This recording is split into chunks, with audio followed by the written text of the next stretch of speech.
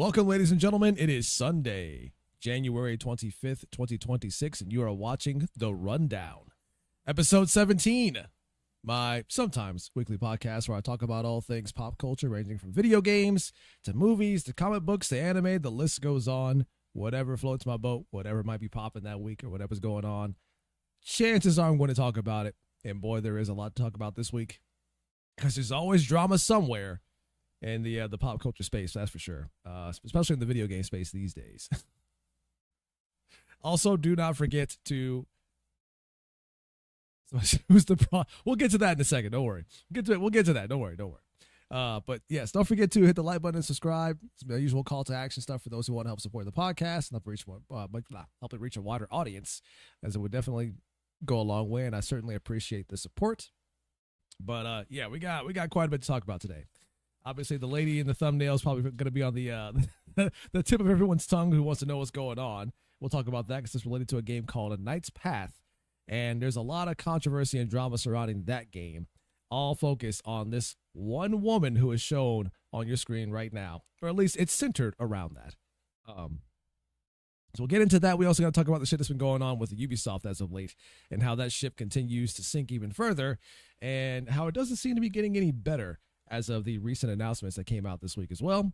And depending on the time, I do kind of want to talk about anime as well in regards to what's been going on with some relatively controversial drama around the Jujutsu Kaisen anime and the strange divide that has been caused between the East and the West in terms of, I guess, content of what they're expecting out of the anime as well. But yeah, we'll talk a bit about that as well. But anyways, without further ado, I'm just going to jump straight into the Knight's Path stuff. I was going to start with the Ubisoft stuff, but I'm going to jump into the Knight's Path stuff. Talk about that right now. Okay, so the drama this week surrounds a game called Knight's Path. This is an indie game that was announced a while back, in fact, heralded by a 4-person studio, I believe, in Germany, from what I was able to determine based off of their Twitter account. But anyways,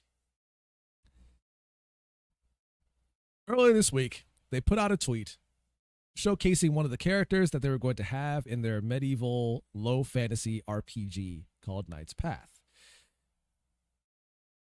And it does involve the woman on your screen, but I'll show you the tweet itself. Give me a sec. I don't know. Got off my bookmarks for no reason. God damn it. Hold on. There we go.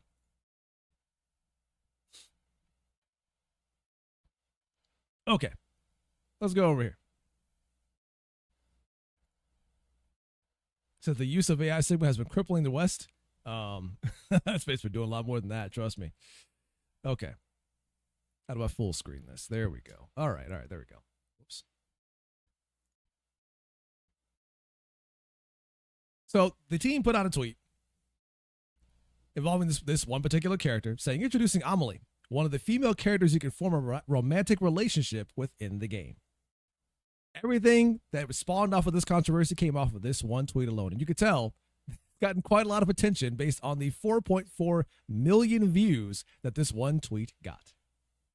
Now, once they posted this tweet and it started getting attention, people had a bunch of, they started going into a small Q&A session in the replies, people asking questions of the kind of game it is and whether or not there would be other options outside of her.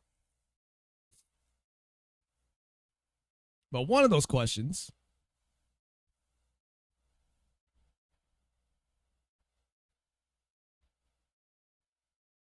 Let's keep going on. It was down here somewhere. Hold on. Oh, you know what? I got it. Don't worry. Don't worry. Give me a sec. Go to the bookmarks. I got it. Hold on. There we go. Thought I had this shit all taken care of, but I guess I didn't. So, got one reply from Robot Man asking whether or not it would have LGBTQ representation in the game.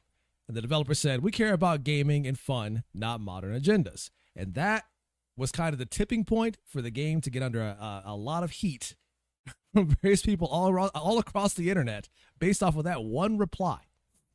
Now, someone had asked earlier whether or not the game would have male options for those who want to have, let's say, gay relationships in the game. Because the developers made it clear that you would be playing as a male character in the game. They have a set character that you'll be playing as, and they are male. And people were wondering if there would be male options in the game, which the developer said no. They weren't rude about it. They didn't make a big deal about it. They didn't insult the people asking. All they said was no. But the thing that kicked it off was simply denying whether or not it would have LGBTQ representation in the game. And since then, they've gotten a lot of fire for that shit. They got attacked from all corners of the internet about this shit. From people that are calling them bigots and homophobes and how they're transphobic, and the list goes, like the usual labels people tend to throw around for those who don't, quote unquote, walk the party line, so to speak. And my issue with this is that this isn't the first time this has happened to any developer out there. This has been a common pattern with developers that are just trying to get a gauge of whether or not people prefer, whatever people's preferences are in RPGs. A few months back, there was another developer out there, which was who was from the studio CI Games or CI Games, the CEO of CI Games, who put out a poll asking people what their preference is in terms of the attractiveness in female characters in their games. And the results pretty much resulted in people saying that they wanted attractive female characters in the game. Like that was just the winning poll option completely across the board. And ever since then, that studio has also gotten attacked for the simple fact of including, or the idea of getting a gauge on what people want in the game when it comes to attractive female characters. And they've also gotten reamed over the coals. This is a continuing pattern of developers who are just trying to get an idea of what people want. Because this also was spawned off of a poll they put as well, where it says, how do you like female characters to be represented visually in RPGs? And the results, the overwhelming result was that they wanted them to be naturally beautiful. They also had other options here about the uglier the better, which 3.3% of people voted for that, which is hilarious. Average and realistic, which is 29.8%, which is not too bad. And then you have bombshell, or 10 out of 10 bombshell, which is 14.4%. The naturally beautiful thing is kind of common preference between a lot of people, especially when you look at stuff like I have to keep bringing this up because it does kind of paint a picture on people's preferences when it comes to attractiveness. But you look at porn statistics, you look at OnlyFans statistics, and you will find that some of the most popular shit is not the girls that look like 10 out of 10 bombshells. You're not looking at girls that are like basically the Kardashians or shit like that.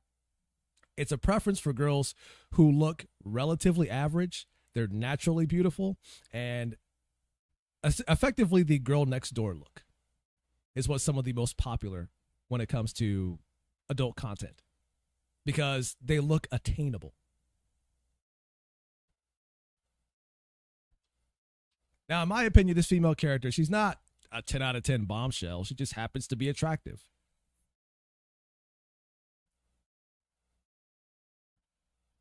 In the same way that people got upset about the Tomb Raider remake that's coming out, where they got upset about Lara Croft looking conventionally attractive. She doesn't like a supermodel. She looks conventionally attractive. And I would say the same about this character here in this image, is that she's conventionally attractive.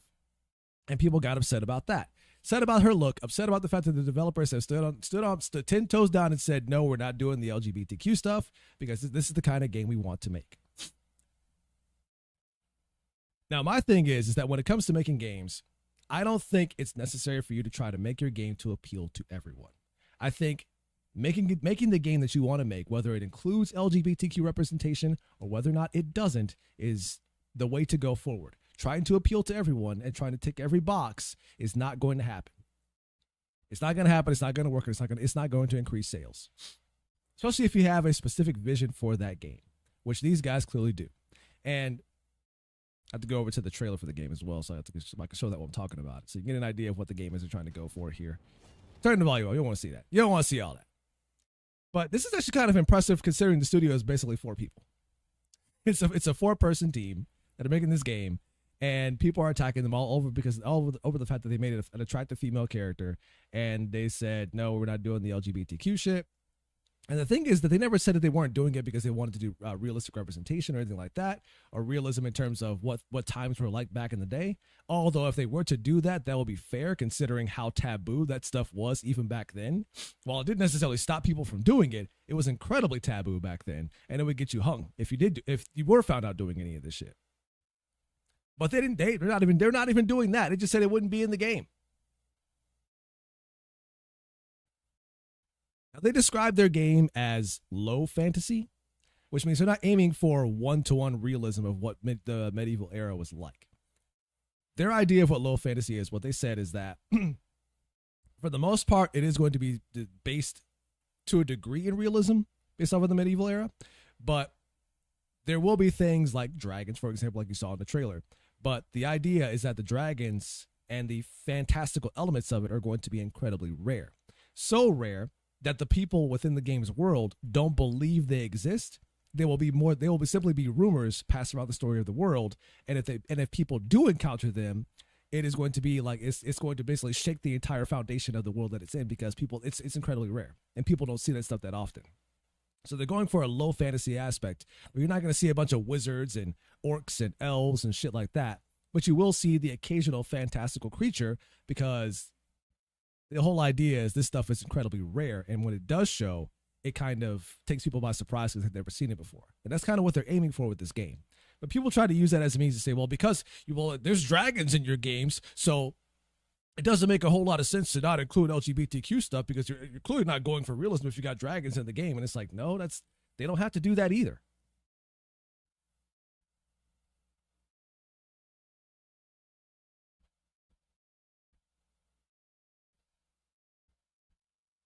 Since if it was medieval China or Shogun era, that would be normal, but it's not during the time in Europe or say the Middle East.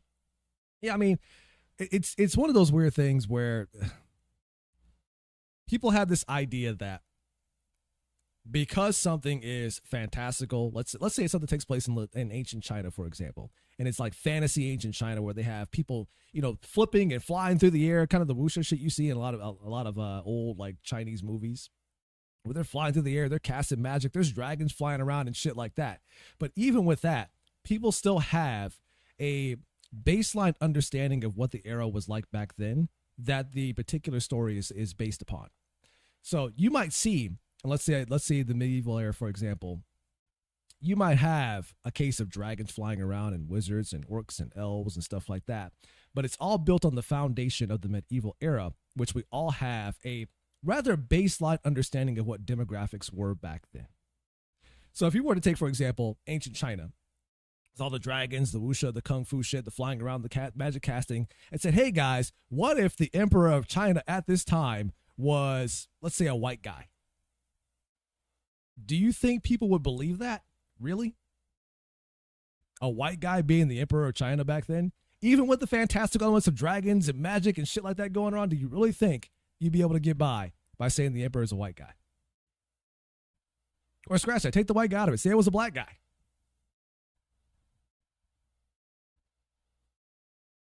Do you really think people would be inclined to believe that's the case or even accept that? Or do you think people would be like, yeah, that's a little off. That's a little strange. Why?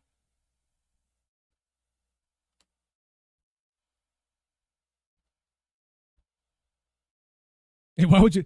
Exactly. So, like, people do have a baseline understanding of the inspiration behind the fantastical elements of these stories. Like, even if you were to have dragons and wizards and orcs and elves, if you see a black king sitting on a throne, it's pretty normal for people to question that because they have that baseline understanding of what the demographics were during that time period. Even with all the fantastical elements. So, no, it is not weird for people to get upset about that. It is completely normal. To appeal to the skinhead community. Yeah, and that's kind of the premise of like people getting upset about this too. Like, yeah, people calling out the character to herself, saying, "Oh, she's wearing too much makeup for the era that the game takes place in, so it's very unrealistic, and it doesn't make a whole lot of sense because women didn't look like that in this era back then, or didn't have this kind of makeup back then, so this doesn't make sense." And it's just people just attacking the character for the sake of attacking the character. And another common argument that I see when characters are designed to look pretty is that they assume the person that made the character or the gender of of the person that made the character is male, because they think, oh, it's just the gooners out there that want to make female characters look like this. It's just a bunch of gooners, and they only care about attractive female characters and making them look unrealistic and trying to herald in unrealistic beauty standards that people have today. Well, the reality is, it's another case of you don't know what the fuck you're talking about, because the person who made this character is a woman. She was the 3D artist that made the character. And they did this shit with Shift Up and Stellar Blade. Before the game came out, a lot of journalists got on the case, or got basically wore their asses on their neck about Eve's design, and tried to claim that her design was based on the idea of some guy who had never seen a woman in his life before, only for it to be revealed shortly after that one of the character artists, or the main character artist for Stellar Blade, who designed Eve, was the wife of the CEO of the goddamn company.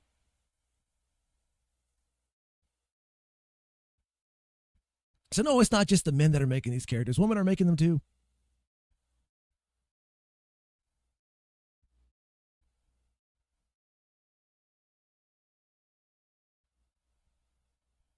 And the people that keep demanding or try to get their asses on their backs about this kind of shit like this, where they get upset when somebody says, no, we're not doing the representation in our games, blah, blah, blah, and they get upset and want to try to cancel the game and go on tirades about that and try to put them on blast and make an example out of them. The reality is that these people don't really care about this stuff at all. They don't really care about the representation. They don't really care about the options. They don't really care about any of that shit. They don't care about making the game appeal to a wider audience. They care about none of that. What they do care about is control. The idea of getting these developers to make changes based off of their demands, and whether or not they do that is irrelevant, because these people aren't going to buy the game anyways. They don't give a fuck about that. They're not going to buy your game if you cater to them. They don't care about that. It's not about that. It's about control, getting you to do what they want you to do.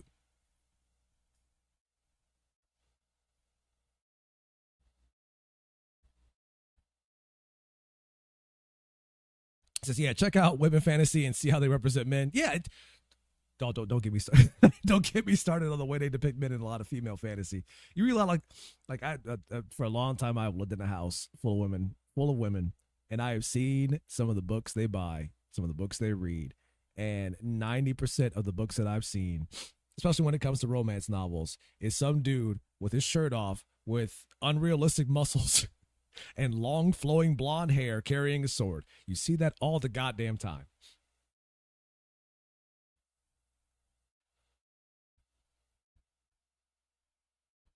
The very definition of toxically masculine, and they'll be on the front covers of all these fucking books. But you get upset that there is a conventionally attractive woman and on the being advertised as a romance option in the game. Keep in mind, she was just one option. Okay, I imagine they'll probably have a lot more.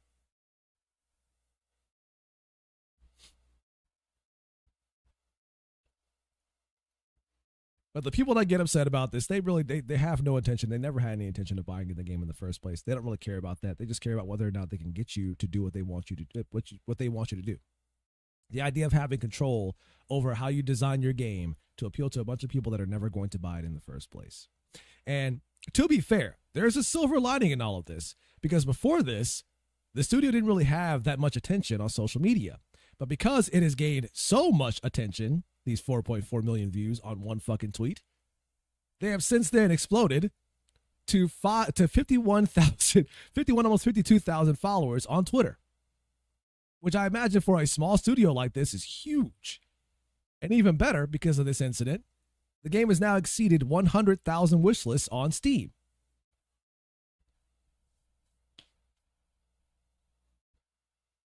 Now, of course, with success doesn't mean you don't get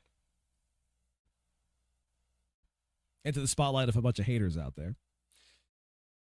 Another game that was announced recently that takes place in the medieval era is 1348 Ex Voto. And the thing that kind of makes this game worthy of quote unquote note is the fact that the main character is effectively a lesbian knight. Now, they're obviously aware of the situation going on with Knight's Path. Also, how's it going, Vancy? And while Knight's Path never once said anything about 1348 ever in any of their tweets, they decided to take it upon themselves to take a small jab at Knight's Path by saying, hey, don't forget to wishlist and note the release date on your modern agenda, which was them taking a shot at the fact that the developers of Knight's Path said, we care about gaming and fun, not modern agendas. Now, of course, them capitalizing on the controversy has also made it possible for them to exceed 100,000 wish lists on Steam as well.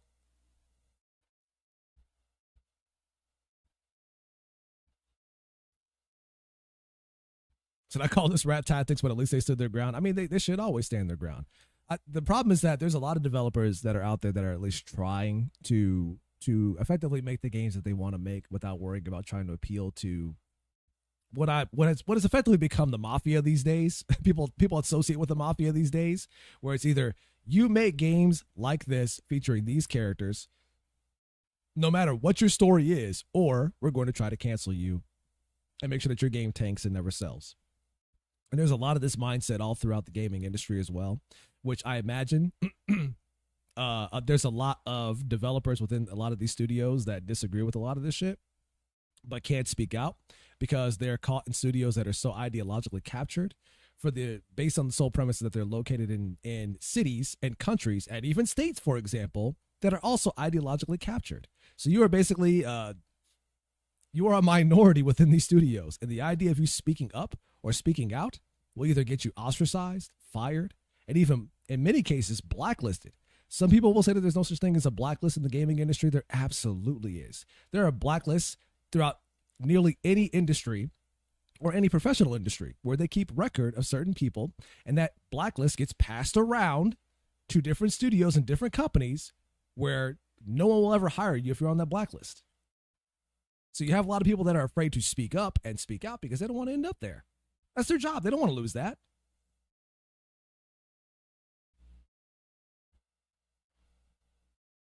So they had to toe the line and keep quiet to keep their job.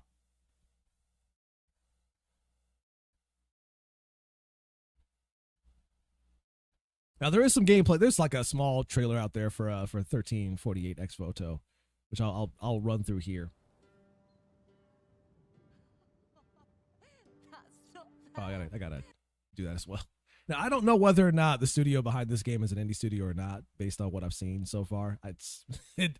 I will say it seems like the production value of this one seems to be a bit higher overall, which means there's probably a lot more people in the studio than there is with the Knight's Path studio. But either way, both of these games look like they were made by relatively small studios. If I'm gonna put it out there. And yeah, this one decided it was going to take advantage of the controversy and try to take a shot at the other game, which I guess worked out in their favor. Which I guess, to be fair, I guess both games have seen a positive reception overall at the end of the day, considering they both exploded in terms of followers on Twitter and the amount of people that have seen their game and the impressions and stuff like that.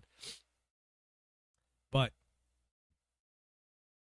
the idea that your game has to have these features within it to be successful, or the mob is going to come and get you and try to cancel your game or try to cancel you, all for the sake of you made a pretty female character, or you said, no, our game isn't going to feature that because that's not what we're going to focus on.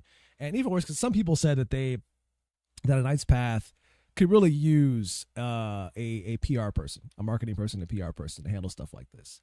And I mean, to a degree, I guess that would help, but the problem I see with that is that these people don't care about how you say it. It's not about how you say something or the words you use to say it. Like, they don't care about that. It's not about how you say it, because they're going to try to cancel you regardless if you say no to whatever their demands are. They're like spoiled children. The moment you say no, they freak the fuck out because they've never heard no before in their lives. So when someone stands their ground and says, no, we're not doing this just because you wanted, they freak the fuck out. They try to cancel them. It goes back to my previous episode where I said mental illness, especially on social media, is rampant. You got a lot of people out there that are children in adult bodies that have never once been told no in their entire lives. Why? Because they keep getting what they want. And there is kind of an incentive structure for this, where they feel rewarded whenever they try to cancel you for disagreeing with them. And the problem is that a lot of developers have folded because of this. When they make these demands, the developers say no, and then the whole internet comes down on them for doing that. and the developers fold. Well, when you do that, you create a reward structure saying that as long as you keep doing this, as long as you keep attacking us whenever we try to fight back, and you win, you can just keep doing that to anybody you want to because it's going to achieve results. That's the reward structure. So they'll never stop. In fact, they'll keep going and they'll push harder to do shit like this because they keep getting rewarded for it. It is only when you show that you can't move people off their pedestal by being this way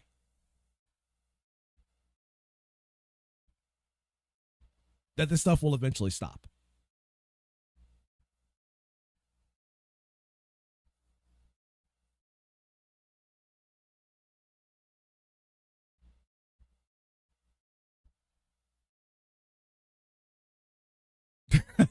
What? What's the first thing I see in chat is Riker saying, "What the fuck is that cut?" Listen, don't worry about it. Listen, it's the friar haircut from back in the medieval era. Don't worry about it. It was all the rage back then. Oh my god, that was the first thing I read in chat. You can't just come in here and start trash talking like that, Riker. What are you doing?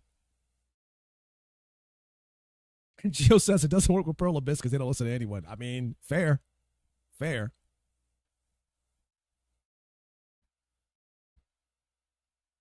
That's quite fair. Although we'll see how it goes with Black Desert, Crimson Desert when that comes out in March. I'm still very excited for that. I hope that game is good. But yeah, when you do stuff like this, you create reward structures for people that have nefarious intentions, that have no interest in your game outside of the fact that them trying to get you to do what they want you to do. It is a form of control. And so long as you keep kowtowing and folding whenever the pressure gets high, it just gives them more incentive to keep attacking other developers the same way. They're never going to stop. In fact, they're going to ramp up the tactics because they're getting what they want.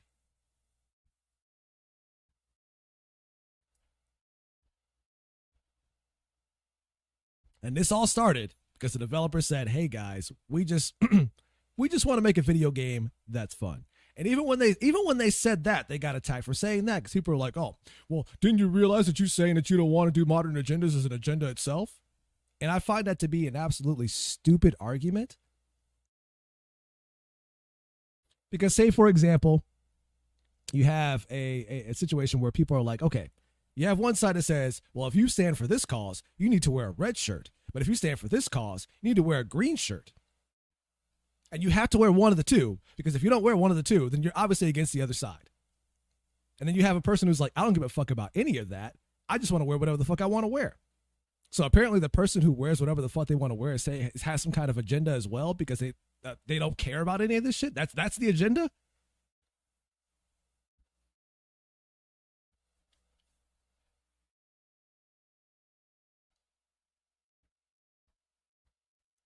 It's kind of the whole argument about everything being political, or how all games are political. When the reality is like that's not entirely true either. It's this idea of people who want everything to be political to some shape or form, where you can never be neutral because somebody always tries to find some kind of agenda in it whatsoever.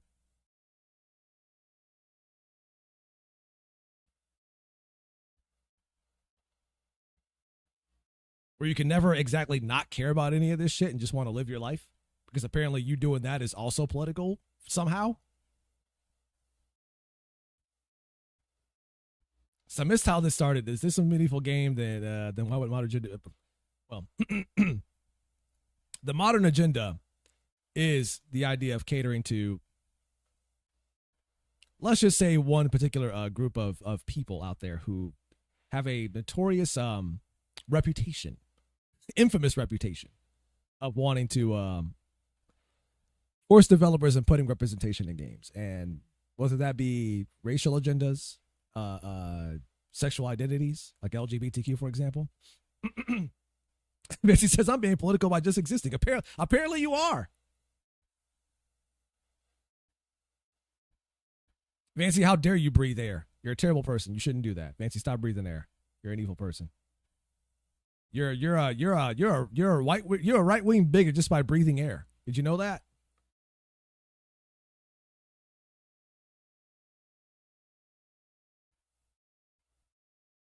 Wait a minute. I thought this was Kingdom Come. Apparently they're also inspired by Sekiro. But no. So this game is called Knight's Path. It's an indie game made. It's an indie medieval action RPG, made by a 4-person team, and they've been getting some shit because they showed off one of the romance options in their game.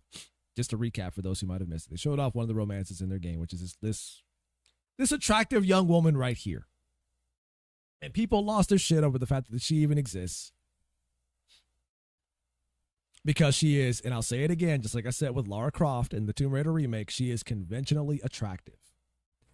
And it's not like they just did this out of the blue, because they had a poll back in November of this year asking the few fans they had at the time how they wanted female characters to be represented visually in RPGs. And the overwhelming result was that they wanted the characters to be naturally beautiful. So following that, they post this, which again, conventionally attractive. Although I can definitely see the Aerith comparisons, by the way. I see the Aerith comparisons now that you mentioned it, and I can't unsee it now. Thanks.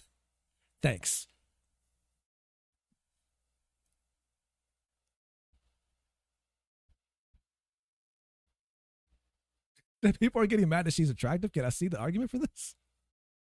The argument is, well, makeup like this didn't exist back in the time period that she's from. So with the mascara and the lipstick, like, women didn't exactly look like this back then. This is unrealistic.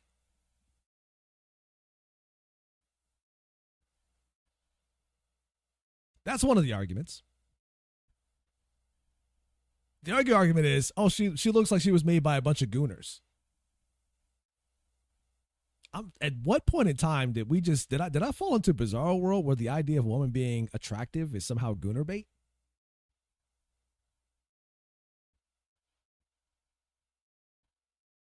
Did something happen where the characters look like this are just porn figures? She must be an adult actress because she has her hair in braids and she's got makeup on. I mean, in that case, I guess you could say the woman who designed her must be a gooner then.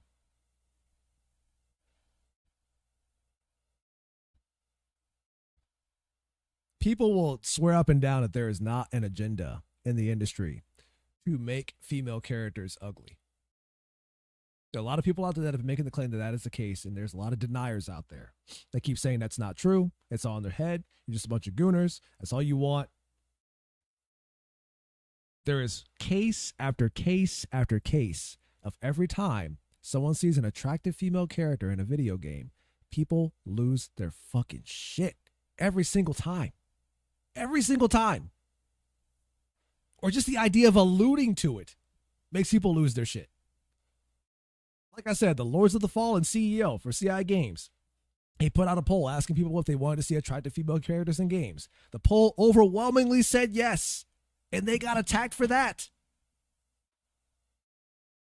When they showed off the new Tomb Raider with Lara Croft looking conventionally attractive, people got mad about that. What more proof do you need?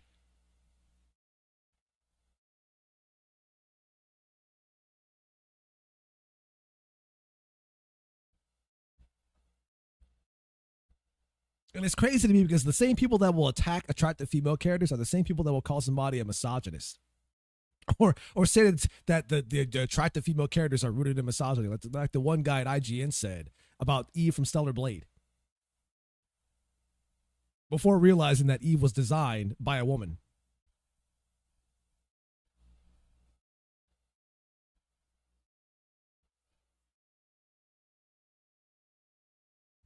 Now, the reality is that the average everyday woman doesn't care about shit like this. I've seen plenty of women play games like Stellar Blade and even Nikkei, for example, which people would most certainly call a gooner game, and still have a good time.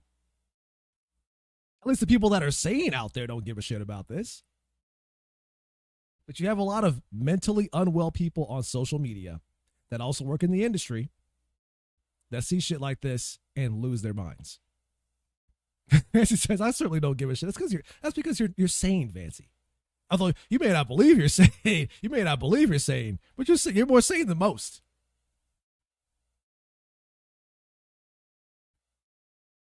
And the only reason why I say that is because you got to have a lot of patience to sit through Dragon Ball Super, or at least something's got to be a little off. You can sit through Dragon Ball Super. I'm kidding.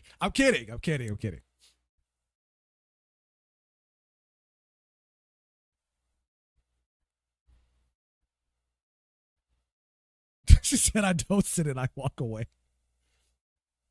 You know what? Fair. Absolutely fair. Which, yeah, but speaking of which, they did announce the continuation of this Dragon Ball Super anime, by the way, which is going to follow the shit that's been happening in the manga, which will be the Moro arc, which I'll probably watch. I think, in my opinion, I think the stories in the manga were more enjoyable than what we got in the anime for sure. Although I imagine it'll be censored to high hell because for some reason Dragon Ball doesn't like blood anymore in the anime, which is ridiculous.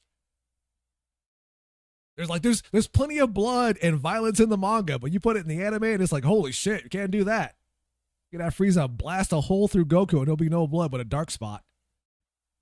But we go back to four kids era censorship. Like what? Anyways, but yeah, there's a common pattern of this shit happening all throughout the industry.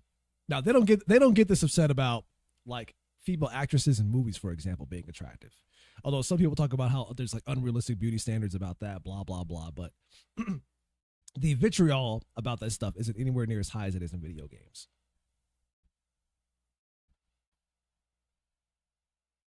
And it all just comes down to a bunch of people that want complete control over the industry to the point where developers who want to be outside of that and make their own thing, it's almost like a racket where you have to comply or have your game canceled. Now, luckily for these guys, with them being as small as they are, it worked out for them, where their popularity and the impressions they got exploded since then. And I imagine for them, 100,000 wish lists on Steam was like mind-boggling. You think people got mad about Disney princesses looking pretty? Back in the day when we were kids, they sure as hell didn't. But now, now. Did you? Fucking, I'm gonna say it. Did you see the actress they got for the new Snow White? I'm gonna just leave that there. I'm gonna just leave that there. Did you see who they got to play for the new Snow White?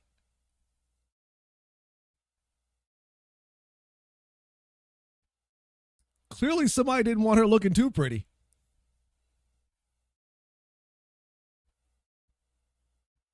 Animated movie. Oh, they don't do the animated movies no more.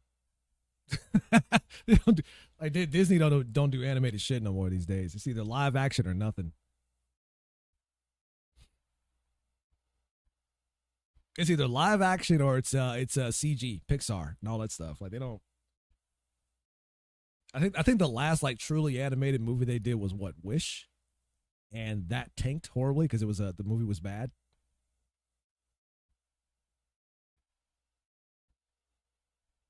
I wish Disney would go back to like actual animated movies, like cartoon animated movies, but they've completely thrown that shit to the side. It's either live action or CG. Those are your only two options.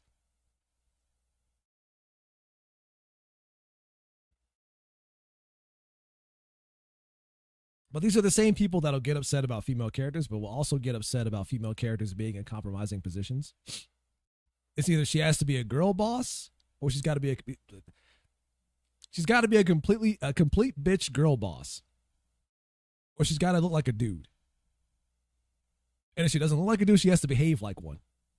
So she can't be in compromising positions. She can't be a little bit meek. She can't be a damsel in distress. Although, from what I've seen in my experience, there's a lot of women out there that still enjoy the damsel in distress archetype.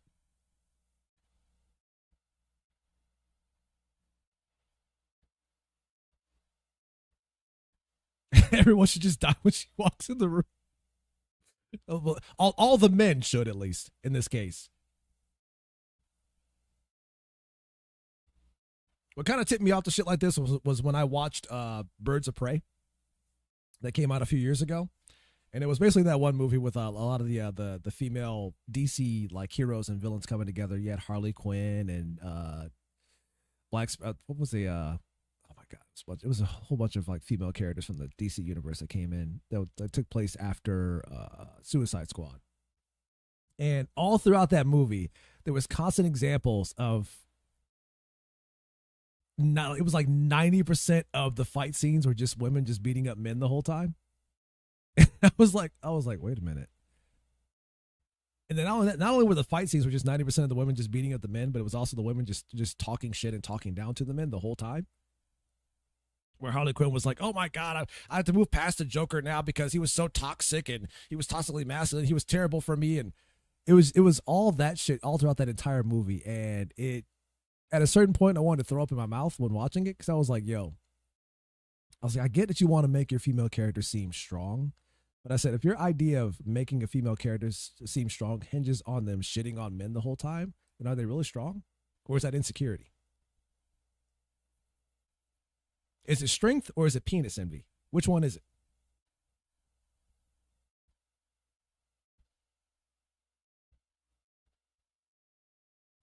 I remember talking to Draven about that because we both watched the movie roughly around the same time, and he asked me what I thought about it. And we both agreed that particular part of that movie was it was dumb. It turned us off. It's like, oh, but you're a bunch of guys, so of course it would turn you off. It's like, yeah. Like, what did you think?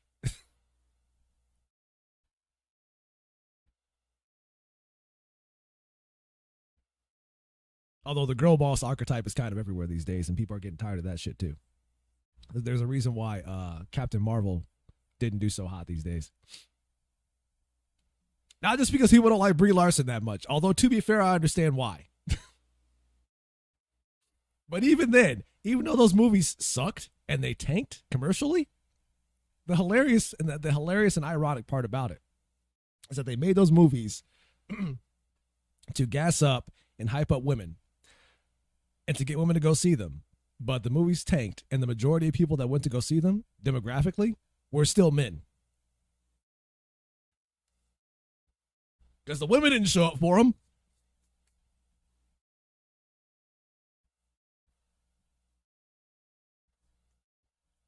With the Snow White movie, it succeeded if the actress was quiet about her views. To a degree, yes. To a degree, yes. If she was silent about her views, and if they had a different actress playing a Snow White, I'm gonna be honest with you. The whole idea of Snow White, the premise of Snow White, was that her skin was white as snow. They even say it in the fucking movie, in the original movie. Her skin was white as snow. You look at that actress they have for Snow White for that live action movie. Tell me if you saw her skin white as snow.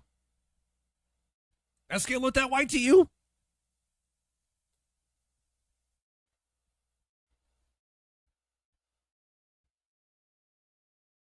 They were trying to do this weird modern edge to it where not only is she like her skin not quote unquote white as snow, but also she wasn't going to be saved by the prince this time.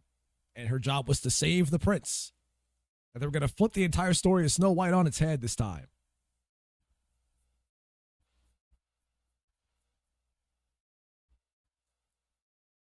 Not realizing that there's still a lot of women out there that enjoy the prince coming to save the day. So it was just a turn off for a lot of people. And then the actress's views on top of that and the shit she said just made it worse. So perhaps it's a combination of her views and just really dumb decisions on the part of Disney. Oh, I'm sure they will. They're going to run them all into the ground. Like they claim they've learned their lesson, but I highly doubt they have. But again, it's nowhere near as bad in movies as it is in video games these days. And it's a lot of that. It's either that and I've seen multiple cases of like people praising designs of female characters that look like Abby from The Last of Us Part 2. And I was finding a weird pattern of like female characters looking like that. Like in The Last of Us Part 2, they had Abby.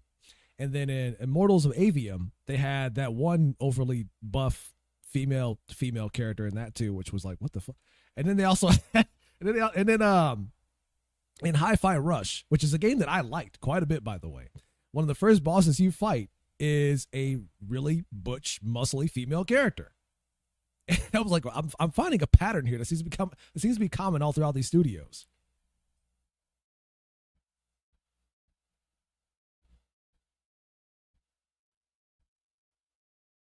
But those are the designs that will get praised by a lot of people that are, we'll just say, ideologically captured. And a lot of people that that complain about female characters being attractive, I'm going to be honest with you, and it's going to sound harsh, but it is a lot of middle-aged HR swamp hags out there who get upset about this.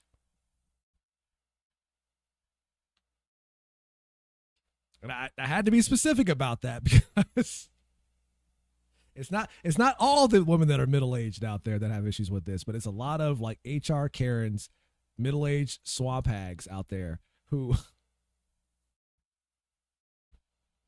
get very upset and get very jealous of a girl who is younger and more attractive than they are. And will do everything in their power to shut it down as much as possible. You need to stop hating on Abby's gains. She just got to do for everyone else. Bulk up. Sorry, she stole all the burritos. Took all the protein shakes. Yeah, this is a weird one. But anyways, good luck to the developers for A Knight's Path. Hopefully their success kind of pays off for them. I know they one thing to take note of is that social media clicks and fame does not always translate into sales. And if you don't believe me, look at what happened to Gillette. If you don't know the story of Gillette, I'm not going to get into that here, but you can look it up for yourselves. You can look up the downfall of Gillette, the razor company, and you will find out exactly what happened there. But let's just say an important thing to note here is that social media popularity does not generate sales. It does not equate to sales. Can it? Yes, it can. But is it a guarantee? Absolutely not.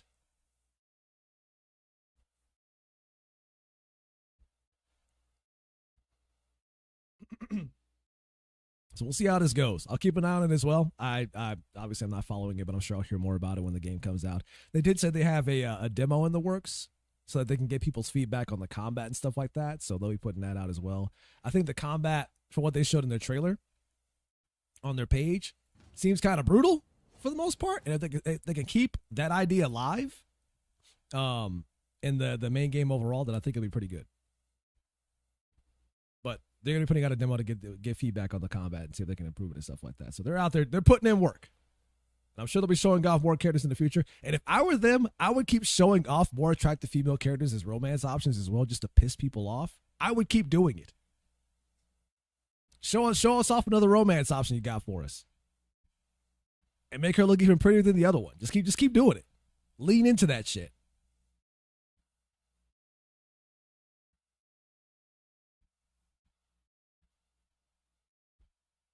Looking at this now, I can kind of see the Sekiro inspiration as well, like the parries and stuff like that.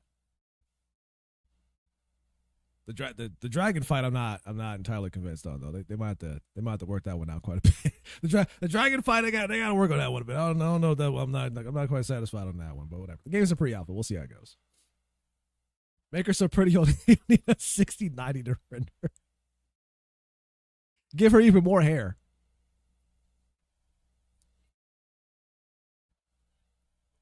But okay, enough about A Knight's Path. I'm gonna talk about my next topic here because we got more to get into. So, also this week, news came out about Ubisoft restructuring. And boy, oh boy, are they restructuring. But in the process of that restructuring, they also announced that there were a lot of projects in the works that also got canceled. One of those projects was the upcoming Prince of Persia, the remake of the first game that ended up getting canceled. Which, to be fair, I understand why, because that game had been in development for a really, really long time. And this news comes in from Tom Henderson, who is he kind of gets a lot of insider info when it comes to what's going on in the industry, and he's really good about relaying that information out to the public. But as he says the original plan for Prince of Persia, as reported in November, was to release on January 16th. Obviously, that wasn't going to happen because we didn't hear anything about that game until the news came out that it was canned.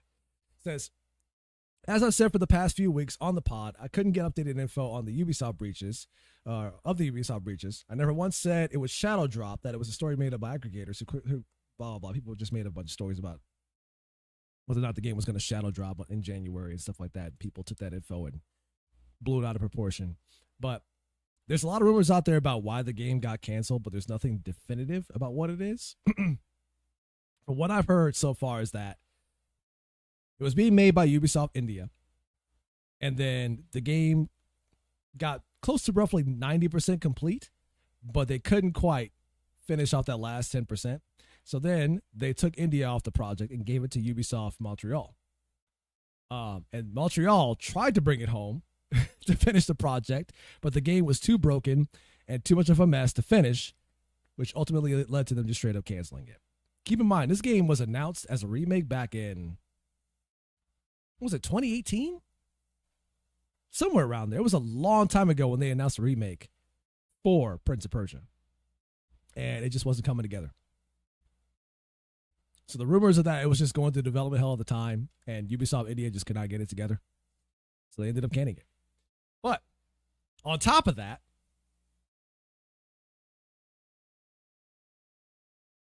the Black Flag remake has also been delayed because of this by up to a year.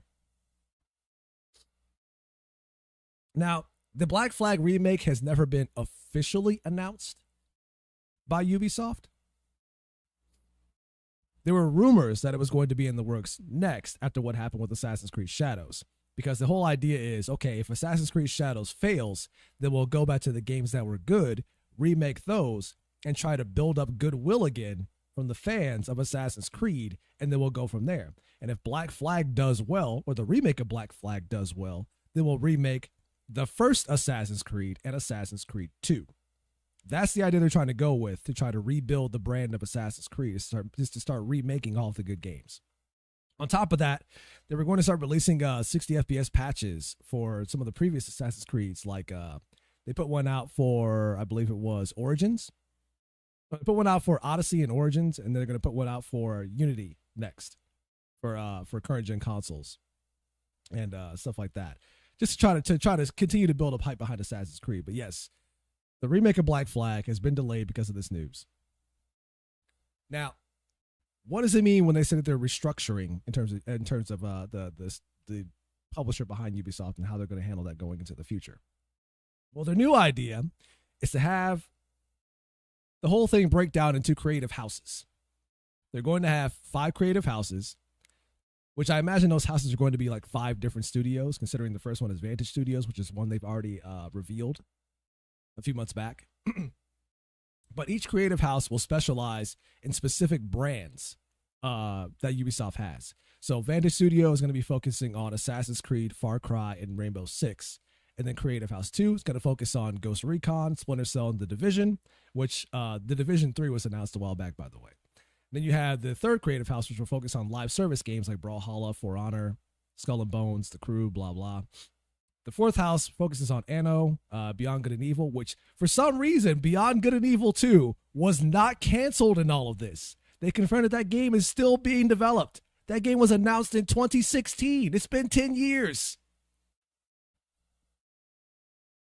Somehow that one didn't get canceled. So that's still in the works. Also focusing on Might and Magic, Prince of Persia, which they're not done with Prince of Persia as a franchise or the series, but this remake did get canceled. And then Rayman, which they announced a 30th anniversary collection for that coming out at some point in the future. So they're not done with Rayman either, although they haven't done anything with Rayman since the Rabbids shit. Then the fifth studio is going to be like a lot of the party games like Just Dance and Uno and stuff like that. But that's kind of what they're going for so far. But then on top of that, they did announce a renewed focus on live service games on top of that, which the live service shit has kind of been one of the catalysts to the downfall of this company as a whole, is their focus on constantly doing that. Like, I understand from a business perspective, when you make a live service game and it lands, you can make a lot of money off of that. Don't get me wrong. When you have a successful live service game, that is a money maker. But you take a lot of risk with that, because if the game fails, that's a lot of money lost. And I'm surprised they're continuing with Skull and Bones, considering that was their quote-unquote quadruple A title. And do you see anybody still talking about Skull and Bones these days? No one was talking about that game when it came out.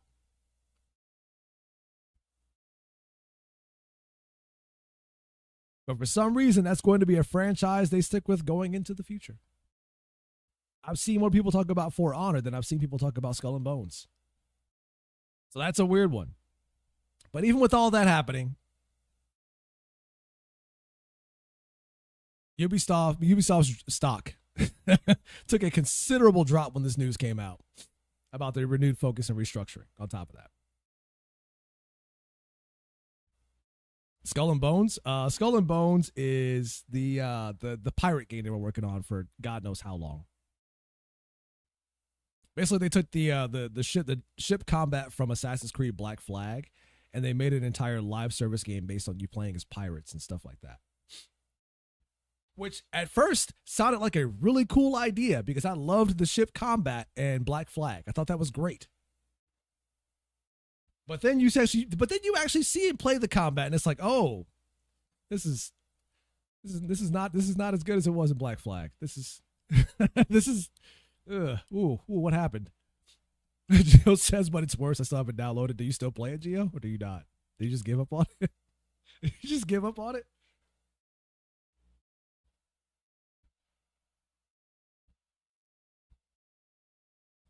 I played it for like played it for like a week. Couldn't do it. All right, I got you.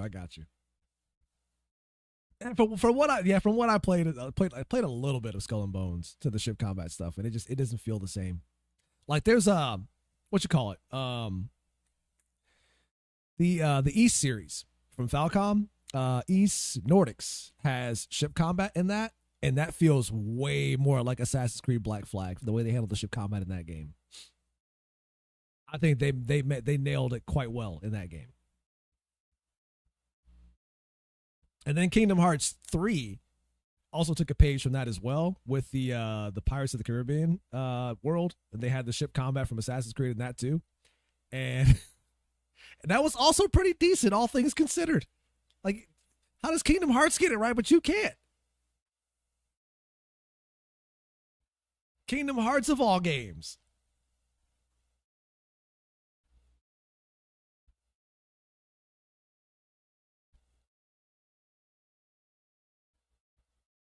Black Flag got it right. Black Flag was the origin, you see.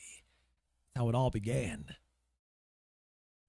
They did. They had the template right there, and it's crazy because other studios got the idea just fine, but for some reason, the fucking studio that made the game did not. Whatever. I don't understand. I don't understand it.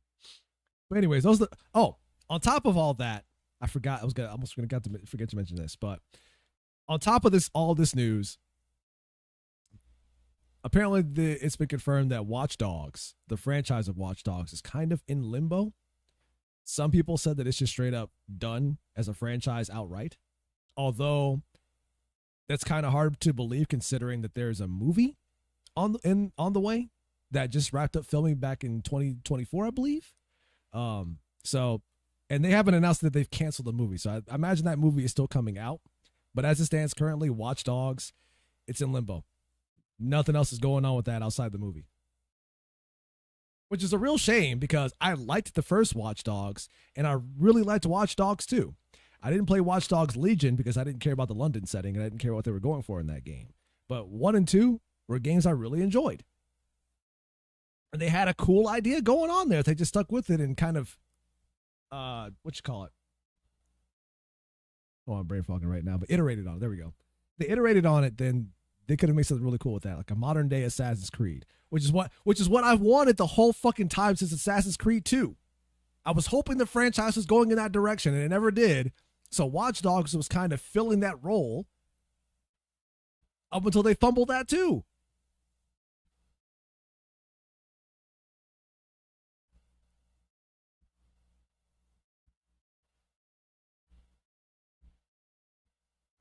So this is a case of Ubisoft reaping what it sows, or what it's sown, because they've been treating their own franchises poorly for the past decade. On top of that, treating their fan base poorly on top of that. You look at Assassin's Creed Shadows, which I think was a real catalyst into what's been kind of eating away at them as of late, where they wanted to fool us into believing that game was doing well when it really wasn't.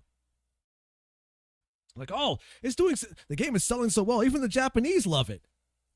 And it's like the game came out, and I think I heard for maybe 1 week about the Japanese players kind of enjoying it for what it was, and then they never talked about it since. Like, I didn't even see Japanese VTubers playing that game when it came out. They didn't fucking care.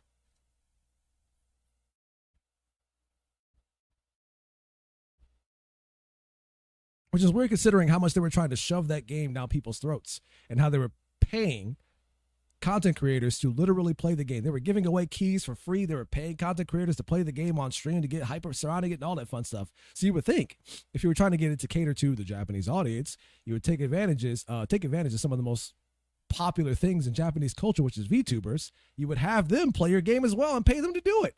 I didn't see any of that shit. At least from the few VTubers that I did watch, none of them played that shit.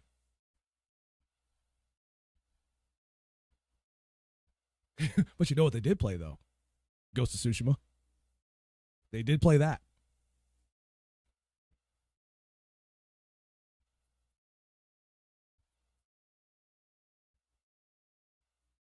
They had a chance to really capitalize on the idea of making an Assassin's Creed take place in Japan.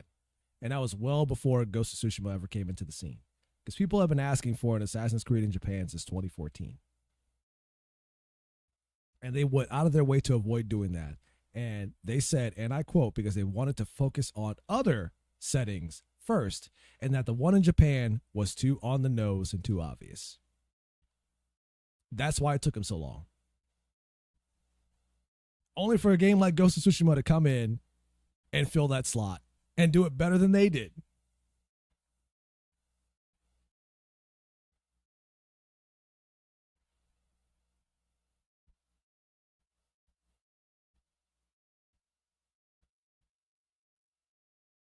What happened to that Splinter Cell remake? Oh, nothing about that? It's clear you still want to focus on Splinter Cell. You made an animated Netflix series about it that people didn't care about because they thought it was bad. You have done everything in your power outside of making a new Splinter Cell. You put Sam Fisher in Ghost Recon as a cameo appearance. You put him in that weird mobile game you had coming out as a cameo appearance. You've done everything but make a new Splinter Cell. You haven't given up on it because it still says down here that you want to focus on it on top of Ghost Recon and The Division. You haven't canceled the remake or announced that the remake is canceled, so where is it?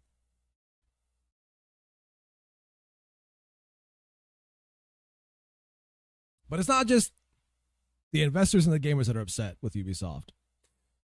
Apparently the employees are too, especially after this news was revealed. This also comes from Tom Henderson. It says Ubisoft's internal communication channels are full of employees shaming upper management, asking for change. Ubisoft is going to experience a mass exodus of talent, even without the impending layoffs. It says following the announcement of Ubisoft's restructuring and third round of cost-cutting measures, Ubisoft's internal communication channels are full of blah blah blah. It says quite something seeing people very openly criticizing a company they work for to such an extent, but after years of struggle, it's not surprising. Some employees tell me this was the final nail in the coffin for them and that they will be seeking employment elsewhere. Others have made the decision to fast-track their already existing contingency plans in case they were laid off. More have taken to LinkedIn to publicly announce they are now looking for work, despite still having a job at the company. So you got employees that are looking to leave before the layoffs come, and there are layoffs on the way. I believe they said next month there's going to be another round of layoffs in the company itself. So they know it's coming. But I imagine for a lot of employees at Ubisoft, it's going to sound fucked up to say, but I can't imagine it not being true to some extent. It's really fucked up for you as an employee to find out whether or not you're going to be laid off from news on the internet sooner than the company telling you that themselves. And there have been some cases of that in the industry of people that have gotten laid off or have found out they were getting laid off based on news about the industry coming out sooner than the employee or the employers alerting them to that happening ahead of time. And something tells me that's going to be the same case here. And people have gotten the memo, which is why so many of them are actually leaving before they get laid off.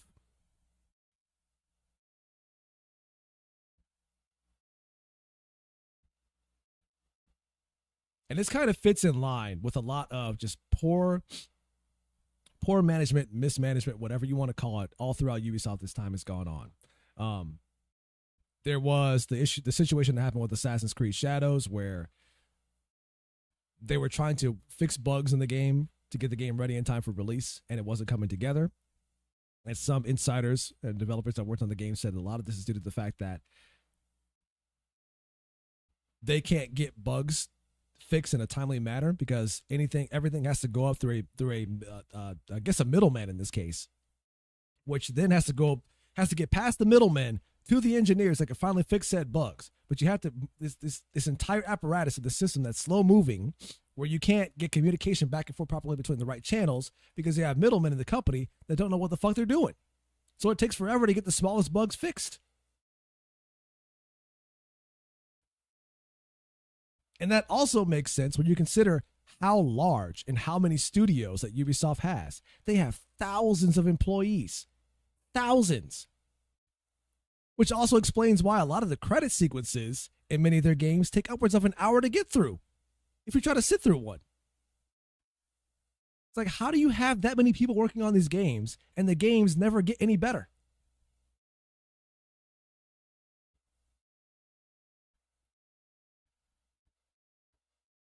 I guess it is a proven case that the more people you have on a game does not guarantee your game is going to be good. It doesn't make your game better. But what it does do is balloon the overall development cost of a game. And guess who ends up eating that cost? We do, the consumer. Here's your next Assassin's Creed game. It's $80 instead of $70. Oh yeah, is that quality represented in the game? Absolutely not. Then why am I paying $10 more for a game that hasn't gotten any better than what it's been over the past several entries?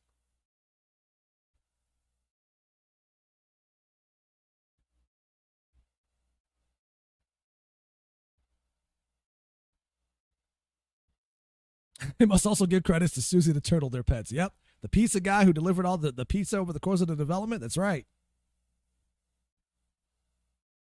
I think, what was it like? I think they said the credits for Assassin's Creed Shadows was over an hour long. When that game came out, people timed it on the credits of that game, and they said the credits were over an hour long. How are your credits? How are your credits almost as long as a feature-length film?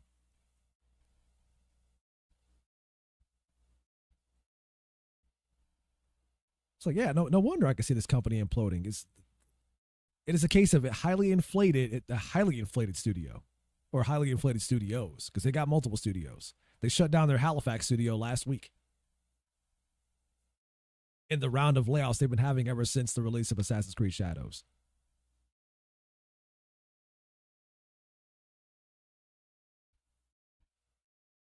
So yeah, Ubisoft ain't doing so hot these days. And I know some people are thinking this is going to be the end of Ubisoft. I don't think so. The layoffs are, well, there's certainly a lot of layoffs that have been happening as of late. The problem is that Ubisoft is a company, the amount of studios they have, a few layoffs is not going to kill them. They have too many employees there. And I can assure you, when they announce the Assassin's Creed Black Flag remake officially, the stocks are going to skyrocket again. My concern with the remake is that they're going to kill off many of the things that made that game's story as interesting as it was. There was the one storyline about the female character who disguised herself as a guy. I forgot her name already. It's been so long since I played Black Flag. But how much you want to bet if they had their way, they'll try to turn her into a trans icon? How much you want to bet? Thank you, Mary Reed. Thank you. How much you want to bet they're going to try to turn her into a trans icon?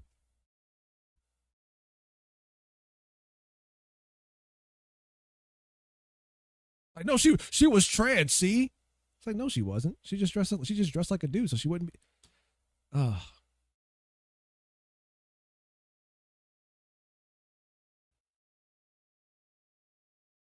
Great character. One of my favorites in that game, by the way.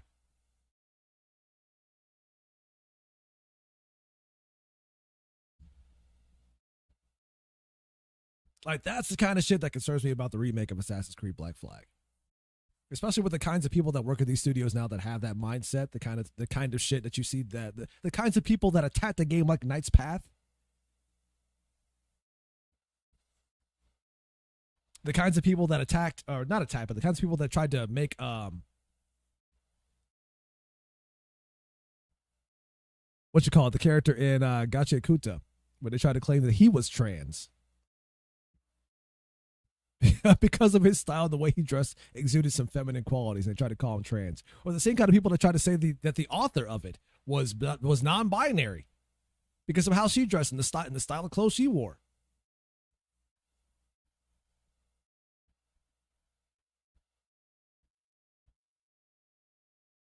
And that's not an indictment on the trans community as a whole, because obviously there's a lot of trans people out there that do not give a shit. I'm of the premise in my mind that most people that consider themselves gay or lesbian or trans, whatever it might be, they just want to be left the fuck alone.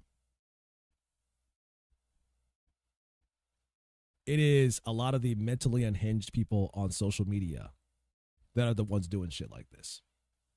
And those are the very same people that'll be the ones who really regress a lot of the progress that was made for people that consider themselves part of LGBTQ.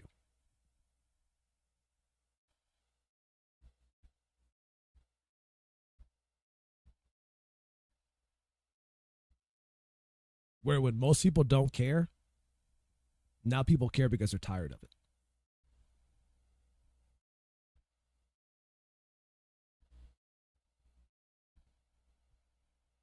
What I'm talking about, hold on, I'll show you. Give me a sec.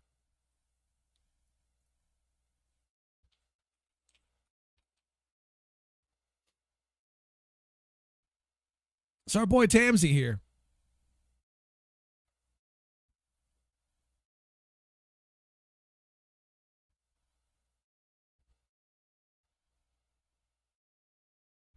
But basically, they were trying to say that he's trans.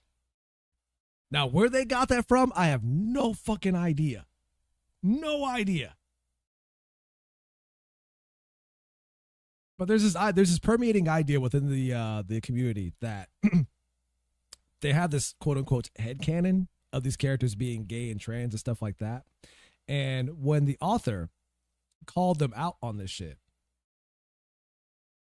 who made a statement about it, they were like, "Oh no, don't worry about it. It's not a big deal. It's just, you know, it's just an innocent headcanon. We kind of made this stuff up in our heads. It's not a big deal. It's not real. We're just having fun." Anyone who's been paying attention or has seen the patterns of communities that do shit like this knows that it's never just headcanon.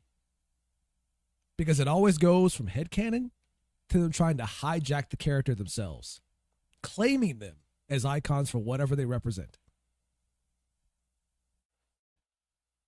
And the problem with that is that over the course of the development of story for the character, for the franchise, the moment it comes out that the thing they've made up in their head isn't true, and the story makes it clear that it isn't true, that's when the death threats start happening.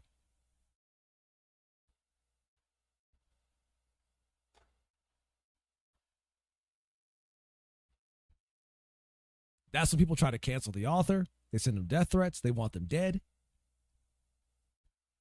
All because of this quote unquote innocent headcanon you made up in your mind that was never true to begin with. And now you're mad because it's been made clear that it wasn't true.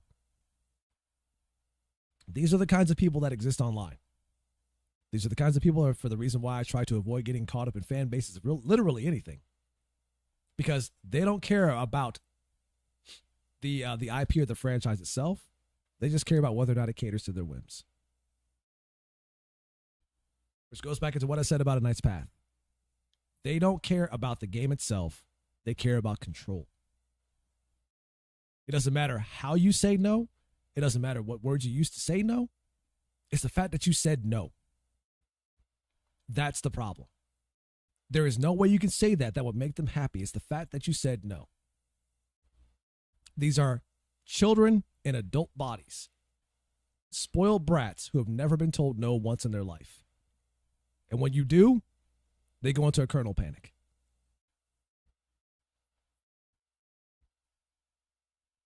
Mental illness at its most extreme.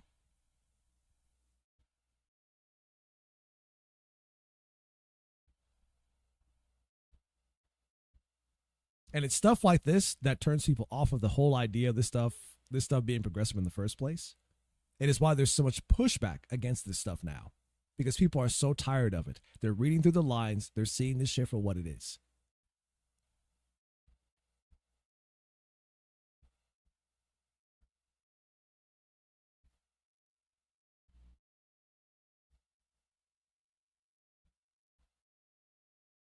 Since I'm so disconnected from everything, obviously, whatever. Listen, I get it. The reason why I connected to it is because I do it for basically just telling the news about what's been going on as of late. And yeah, it's the whole thing. And lastly, I want to touch on one thing, last thing briefly, because this one is, I would say it's relatively light news. So we'll talk about it though. We'll talk bookmarks. So there was this whole thing going on briefly about the recent episode of Jujutsu Kaisen. And I posted this in the anime section on Discord. But basically, the recent episode 4, spoilers for those who haven't been watching Jujutsu Kaisen as of late. But basically, the reactions to it and the ratings for it is a weird divide down the middle between the East and the West, where Japan didn't really care too much for the episode overall, and the West, namely America, blah blah, English-speaking countries in general, they loved the recent episode, as you can see by the ratings here. Obviously, this is in Spanish, but the idea is kind of the same. Now, some people thought that it was mostly just the idea of whether or not it was, true to the manga itself. As I've done some digging over the past couple of days, and this is kind of the reason why I had to catch up on Jujutsu Kaisen when I intended to hold off a bit until more episodes were out, but I was forced to watch it because I wanted to find out what was going on here. So I'm all caught up right now. But people at first thought the whole thing was that they were upset about the fact that it wasn't entirely true to the manga, which, as it turns out, that wasn't entirely true. A lot of people were upset, especially on the Japanese side, was because upset about the whole idea of the over the topness of the episode itself, which having seen the episode and a lot of the over the top action in the episode itself, I kind of understand some of the complaints about that, and I can kind of see what the directors and animators were going for with that episode, because it was very Kill Bill inspired. Like that entire sequence of her fighting, and basically she murdered that entire house, but that entire scene was heavily inspired by Kill Bill. When Beatrix goes to Japan and she ends up killing the crazy 88, it's the whole sequence is bloody, it's gory, it's the whole thing. I love Kill Bill, by the way. It's one of my favorite movies. But that particular scene in the anime was heavily inspired by that. And to that end, I kind of liked it for that. But a lot of that episode really was just over the top action the whole time. Over the top action and aura farming. And as it turns out, the West loves over the top aura farming and nearly everything. But there was a bit of a lack of substance to a lot of it on top of that. In Japan, and from what I've seen on the Japanese side, is that they didn't really care for the lack of substance there, which I kind of understand.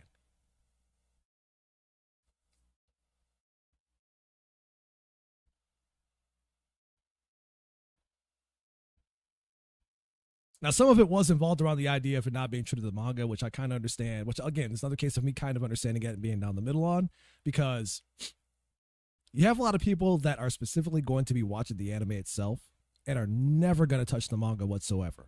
So you have that underlying unspoken trust between the viewer and the studio and the publisher, ensuring that the story they're telling is true to the story that was written in the first place. Right, there's a trust there that the story you're telling them is true to the story that was written in the first place, true to the source material. You have that underlying trust. And when you stray from that, you're kind of stepping on that trust a little bit. Now, in my opinion, the source, the material that was used in the anime, I don't think it strayed too far from the source material from what I was able to tell. But even then, that could be a slippery slope, because you look at things, situations like that, what happened with I could use fucking Dragon Ball Super, for example, where Dragon Ball Super, for example, where the story in the manga for Dragon Ball Super and the story in the anime itself, vastly different. And what's crazy though, is that the manga story, it's not, well, I guess it kind of is. Let's say it wasn't necessarily written by Toriyama himself, but when I think about it, the manga was actually like Toriyama kind of had to approve of what was going on in the manga. So even then, but yeah, the story between Dragon Ball Super on the anime side and the manga side, they're vastly different.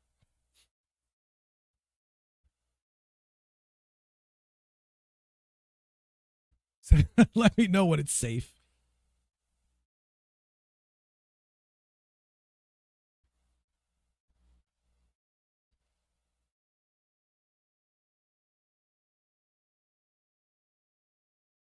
Try to pull this up. Hold on. There we go. Okay. So yeah, on top of this, it kind of ignited a little bit of a race war on social media between the Japanese and a lot of the West. And there was one tweet I saw that I was trying to find, but I think they may have deleted it because I can't find it anymore. I was trying to find it on Twitter. Well, there's one person was like, "Oh, the Japanese seem to think that anime is just made for Japanese people anymore. It's like it's not the 2010s anymore. We moved past that."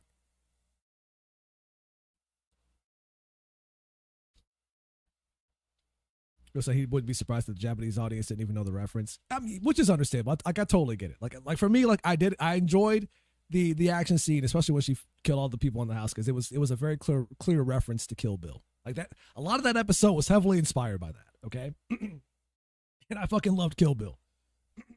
That's why I'm not too upset about how the whole thing went down. Which is interesting because like you look at the previous episode and the ratings there, like a lot of the Japanese audience really appreciated the previous episode where a lot of it was exposition explaining the rules of the culling game and them trying to figure out what ideas they can come up with trying to, release Gojo from his prison or unseal him from that. Which I was totally fine with too, because that was them trying to cater to the audience that watches the anime only and doesn't read the manga, which is something that I totally understand, because at the end of the day, like I said, there's a lot of people that are watching this that are never going to go back and read the manga at all. Like, no matter how good it is, there's a lot of people out there that are never going to read the manga. Never go back to it, never do anything like that. Which is also why I kind of understand them being a little bit upset with the recent episode on top of that, because, and some of the straying from the source material, because they know that, or they're trusting the animators and the directors to stay as close to that as they possibly can. But then you also got some of the underlying shit that is unspoken, but you can't help but wonder if whether or not it's connected to some degree when you consider that the head of Studio Mappa has recently been talking about how they want to make anime and stories that appeal to a global audience, when there has been a lot of recent pushback on anime itself appealing to a global audience, and how people are finding themselves not wanting that anymore.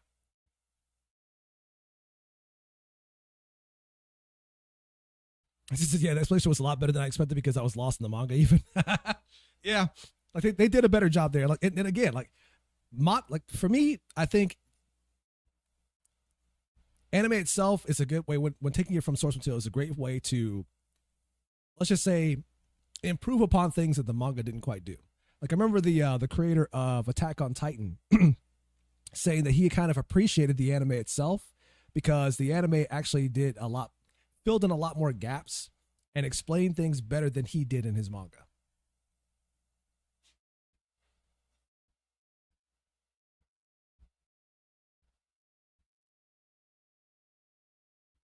The slop will commence.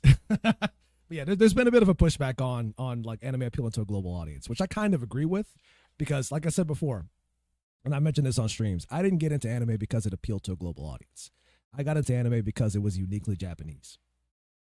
I got into anime because of the culture behind it, because it was not American. And when you kind of remove that aspect of it by trying to constantly appeal to an audience who doesn't necessarily appreciate it for what it is, you kind of lose a lot of the essence of what made it great in the first place. Right, part of the reason why it appeals so heavily over here in the West is because it wasn't American. And it wasn't influenced by any of that. Now, there have been some creators that are talking about how they should really not try to appeal to the global audience and just make anime for the Japanese audience as a whole. You had the creator of Evangelion doing that, saying that. You had the creator of Sword Art Online saying stuff like that, and I believe one of the heads at Kadokawa saying stuff like that too. So some people in Japan are kind of waking up to that aspect of it. But then they had a Studio Mappa being like, well, guys, listen, we need to appeal to the global audience, which, to be fair, is kind of working out for them. They recently did a deal with Netflix for a long-standing contract for new series in the future. Chainsaw Man is incredibly popular worldwide. Jujutsu Kaisen is incredibly popular. So to a degree, it's been working out for him. But I would argue that Jujutsu Kaisen is very Japanese inspired. It is heavily Japanese inspired. From the look, some of the shit they talk about, all that stuff.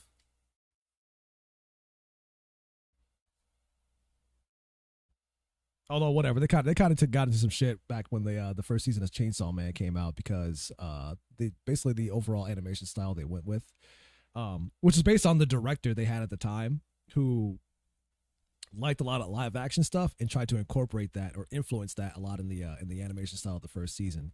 Which he got so much backlash for that shit that he ultimately ended up leaving after that first season.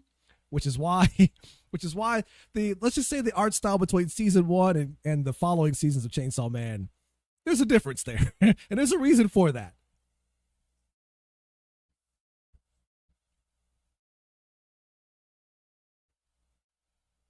So I imagine some of that is still lingering a little bit in terms of like people's impressions of Studio Mappa since then. But I would say overall, the quality they've done in terms of animation, from whether it's Chainsaw Man or Jujutsu Kaisen itself, is still pretty high quality. Says man, here I thought it was beautiful. Like, no, don't get me wrong. It wasn't hideous or poorly animated. It's just that people thought that the art style of the first season strayed too far away from what it looked like in the manga, and that's kind of what they got a lot of shit for.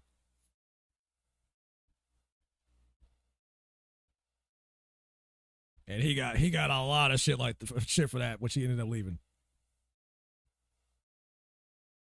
Oh, come on. Whatever. Okay, I gotta wrap this up because I'm getting text messages over here. I'm getting text messages from the fam over here, but I gotta wrap this thing up. But anyways, I just want to touch on that briefly. There is a bit of a rift between Japan and the West when it comes to Jujutsu Kaisen, especially with the recent episode. And I'm kind of in the middle where I still enjoyed the episode, but I understand the complaints.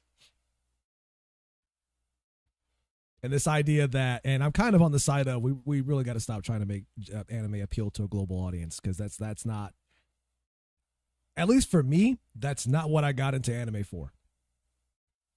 That's not why I enjoy anime. It's not what I got into it for. And that's not the shit that keeps people trying to, for the reason why tourism is so heavy in Japan right now in the first place. But good for them. Outside of the few bad eggs that do go out there and cause problems, which, I mean, yeah, good for them in that aspect. But yeah, when people go to Japan or inspired by anime to go to Japan, they're not going to Japan because, oh my God, it's so American. We're not looking for that. We're looking for the fact that it is uniquely Japanese. And we like that aspect of it. That episode really was highly anticipated, yeah.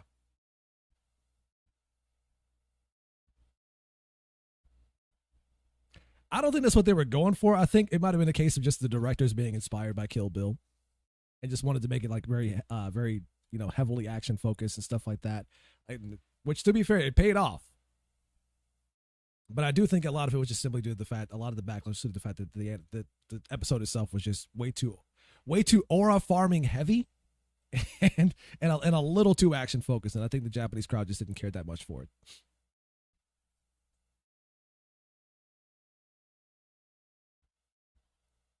And I wouldn't be surprised if the Japanese audience didn't necessarily get that reference, because Kill Bill, while a lot of Kill Bill takes place in the first part of Kill Bill takes place in Japan, I imagine a lot of people in Japan didn't really watch Kill Bill. But regardless of that, Kill Bill is still a very Western movie.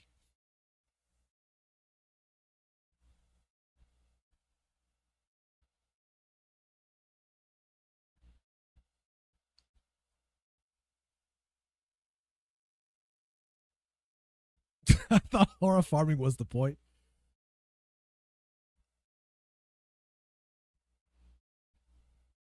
Let's just say from what I'm able to tell about a lot of the discussions on social media is that Japan, they're not as into aura farming as we are here in the West. Not to say they don't care for aura farming. They definitely like this. Everybody likes a nice aura every now and then, but I don't think they're as into it over there as we are here.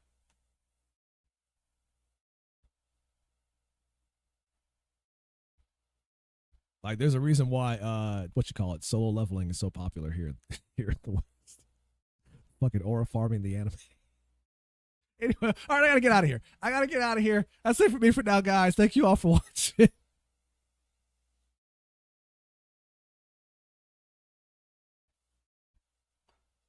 Thank you all for watching. I will see you guys next weekend. Again, I had to delay this episode because there was a lot of shit to talk about, and I had to do some deep dives, and then I had to catch up on Jujutsu Kaisen, and yeah, that was. You don't realize how much work goes into this shit until you start having to do it. And it's like, fuck. So that was the reason for that. But hopefully I can get back to doing it on Saturdays again, starting next week. So I'll see you guys then. I gotta get out of here because my family's over here texting me to try to try to talk to them about stuff. But thank you all for watching, guys. Archive is gonna be up on YouTube because I know YouTube, Twitch doesn't keep the archives up forever. So if you guys want to go back to the beginning in case you got anything you missed, then yeah, feel free to do that. Also, if you're watching on YouTube, don't forget to like the video and subscribe if you haven't done so already. It does help the podcast, and I appreciate those of you who do that because I appreciate the support. Also, leave a comment because engagement is a big thing on YouTube as well. So make sure you're doing that if you haven't done so already, if you care enough to comment in the first place. But all right, guys, I will see you all next week. Thank you all for watching. You all have a wonderful day or night, depending where you are in the world. You all stay classy, stay sharp. Don't do anything that I wouldn't do. And I will see you guys tomorrow during my regular streams. Yeah. You guys have a good one. Love you all. I'm out of here. Deuces. And fade to black.